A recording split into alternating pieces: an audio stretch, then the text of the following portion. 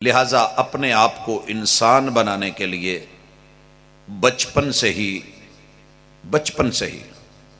آغاز کریں. اپنے بچوں کے اندر اپنے اندر ایک چیز کو سمجھنے کی کوشش کریں کہ سب سے پہلے ہم انسان ہیں. ہم بہت کچھ کر سکتے ہیں مگر ہمارے رب نے ہمیں پابند بنایا ہے، ایک دائرے میں رہ کے چلنا ہے. مثال، چھوٹا بچہ ہے، آپ نے کئی لوگوں کو دیکھا ہے انہیں اتنی آزادی دی ہوئی ہوتی ہے کہ وہ باپ کو بھی مار رہا ہے، وہ چچا کو بھی مار رہا ہے، وہ تائے کے منہ پہ بھی تھپڑ مار رہا ہے، وہ دادا ابو کو بھی غلط بول رہا ہے. انہیں جی نہیں ابھی بچہ اسے کہنا کچھ نہیں ہے. چلتے چلتے اتنی ہمت کر رہا ہوتا ہے کہ وہ گلی محلے میں بھی نہیں. اس بچے کو بچپن کے دائرے سکھائیے. اس وقت پوری دنیا جس چیز کو فیس کر رہی ہے کہ لوگوں نے آپ کی اور میری نرسری اسے وہ لب و لہجے، وہ گیمز، وہ کھیل، وہ اسپورٹس، وہ چیزیں ان میں مشغول کر دیا ہے کہ جس کے اندر وہ بے باکی اور آزادی، جب تک یہ جوان ہوں گے وہ کسی اور کے کیا رہیں گے، وہ اپنے بھی نہیں رہیں گے، انہیں اپنی بھی خبر نہیں، اپنے مستقبل بھی کی خبر نہیں. یعنی صرف اگر تعلیم کوئی لے لیں، صرف تعلیم، پہلی سے پانچویں تلک کی اسلامیات چیک کریں، باقی چلیں سبجیکٹس 2 منٹ کے لیے سائیڈ پہ رکھتے ہیں. پاک سٹڈی کو لے لیں، اس کے بعد آنے والے جو جغرافیائی حالات ہیں، جو بچے اس سبجیکٹ کو رکھتے ہیں اس کو لے لیں. سائنس سبجیکٹس کو لے لیں، پہلی سے پانچویں تک بھی ایک، پانچویں سے آٹھویں تک بھی وہی بار بار ریپیٹ ہوتا ہے، پھر 9ویں 10ویں میں بھی ہو رہا ہے، فرسٹ ایئر، سیکنڈ ایئر میں، تھرڈ ایئر، فورتھ ایئر میں، بی ایس سارے کے اندر پھر وہی سیٹ اپ، ایم فل کے اندر بھی وہی، اور جب پی ایچ ڈی میں جاتے ہیں تو جائیے پھر سے وہیں سے وہی تعریف، وہی بات، وہی جملے، وہی الفاظ، تھوڑے بہت ہیر پھیر کے ساتھ ہم جو ہے اپنی زندگی کے بہترین 30-35 برس یوں ہی گوا دیتے ہیں، اور پھر امید رکھتے ہیں کہ کوئی محمد بن قاسم بنے گا. وہ تو 17 سال کی عمر میں کمانڈر بن کے آ گیا تھا. حضرات، جو قومیں اپنی نرسری کو بھلا دیتی ہے اور بھول جاتے ہیں کہ ہم انسان ہیں، ان کے اوپر مسائل در مسائل، پریشانیاں ہی پریشانیاں. اس لیے اپنے بچوں کو بالخصوص انسانیت کی تعلیم پہلے دن سے دیجیے. محمد کریم علیہ الصلوۃ والسلام، نبی مکرم صلی اللہ علیہ وسلم نے انسان کو جو اہمیت دی ہے اس کے زاویے متعین کریں. کیا نبی مکرم صلی اللہ علیہ وسلم نے یہ نہیں کہا تھا کہ تزوجوا الودود الولود، کہ جب بھی گھر بننے لگے پہلے ماں باپ کی اصلاح کر دیجئے، اور دائرے متعین کیا کیے کہ مرد اور عورت دونوں میں پیار ہو، مودت ہو، محبت ہو، اور ان میں انسانیت کا ایک پیار والا پہلو ہو. جب مرد اور عورت میں پیار نہیں ہوتا، نتیجے میں اولاد کی چاہت نہیں ہوتی، اولاد ہو بھی جائے تو پھر اپنی نسل کو اپنے ہاتھوں سے مارا جاتا ہے، دشمن نہیں مارتا. سب سے پہلے ماں باپ دشمن بنتے ہیں، سب سے پہلے ماں باپ دشمن بنتے ہیں. اپنے ہاتھوں سے میڈیسن کھا کے، کیپسولز کھا کے، ابارشنے کروا کے، سینکڑوں بہانے ہیں اور نام ہے منصوبہ بندی. تیرے رحمان کی بھی کوئی منصوبہ بندی ہے، وہ کائنات کا سب سے بڑا منصوبہ ساز ہے، وہ بدیع ہے، وہ الباری ہے، وہ الخالق ہے.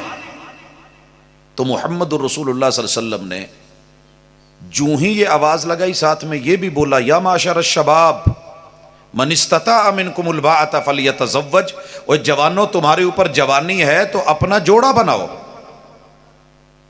جو لوگ جوڑا نہیں بنا رہے، یاد رکھیے یہ اپنے ظرف سے باہر ہے.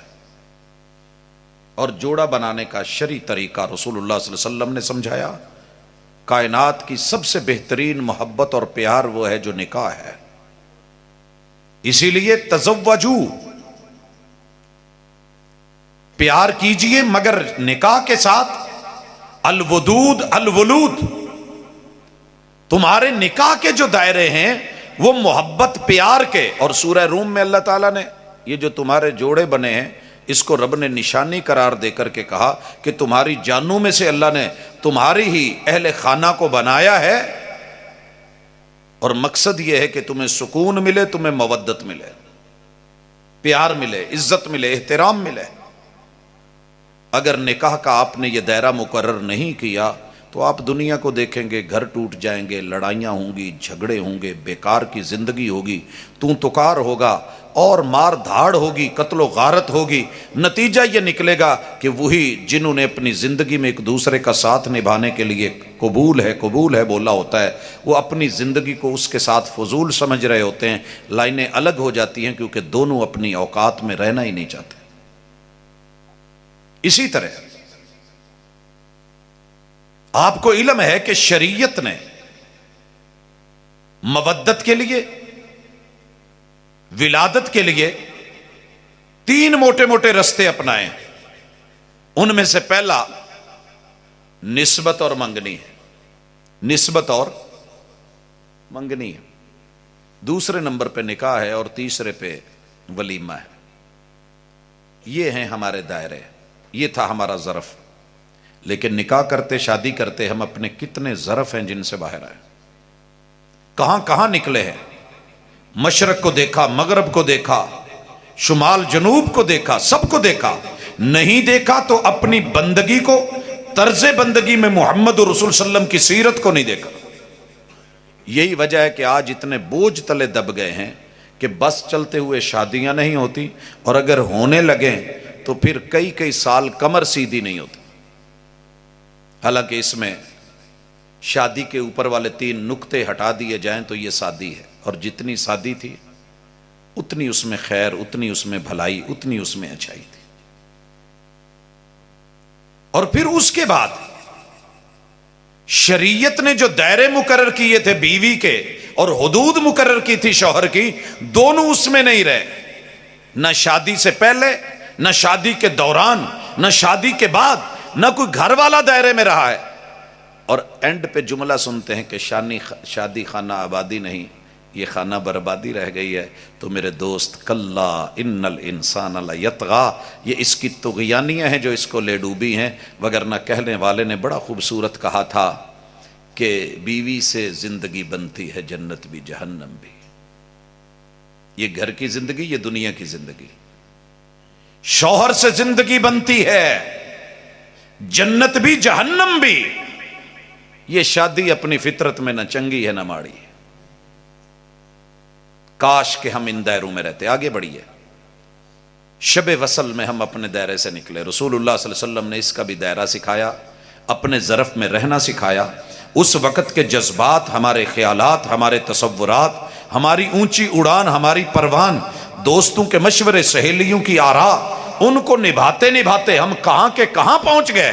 مگر محمد الرسول اللہ صلی اللہ علیہ وسلم نے تیرے میرے لیے جو اوقات، جو ظرف، جو ویلیو مقرر کی تھی کہ شب وصل بھی ہے، تو یہ نہیں ہے کہ گل کر دو سب چراغوں کو، خوشی کی بزم میں کیا کام ہے جلنے والوں کا، بلکہ آپ نے اپنی پہلی ملاقات میں اپنی پوری نسل اور اپنے وجود کی حفاظت کے لیے رب کی پناہوں میں آنا ہے، کیونکہ آپ بندے ہیں، آپ کو رب کی مدد چاہیے۔ بندگی رب کی مدد کے بغیر ممکن ہی نہیں۔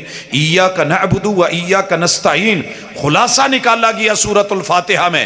توحید مکمل نہیں ہوتی جب تک رب سے استعانت نہ ہو، زندگی مکمل نہیں ہوتی جب تک رب مدد نہ کرے اور انسان اپلیکیشن نہ دے اور مانگے نہیں۔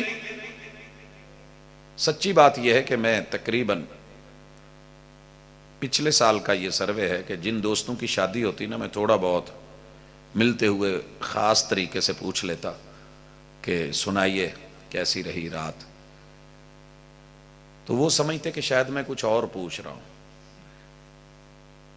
حالانکہ ہم نے تو صرف اتنا ہی پوچھنا تھا کہ وہ جو سبق رسول اللہ صلی اللہ علیہ وسلم نے پہلی رات پڑھایا تھا آتا ہے کہ نہیں۔ وہ جی پہلی رات سانو سبقاں دی سوج دی ہے، حالانکہ کیا جملے تھے، کتنے تھوڑے لوگوں کو آتے ہیں، اور جن کو آتے ہیں انہیں بھی بھول جاتے ہیں۔ وہ سبق سنیے، اللہم جنبنا من الشیطان وجنب الشیطان ما رزقتنا۔ آپ نے اور میں نے ان جملوں کو مذاق بنایا اور حقارت کی نظر سے دیکھ کے چھوڑ دیا۔ مگر نتیجہ پتہ کیا نکلا ہے؟ آپ کی اور میری نسل غیر محفوظ ہو گئی ہے۔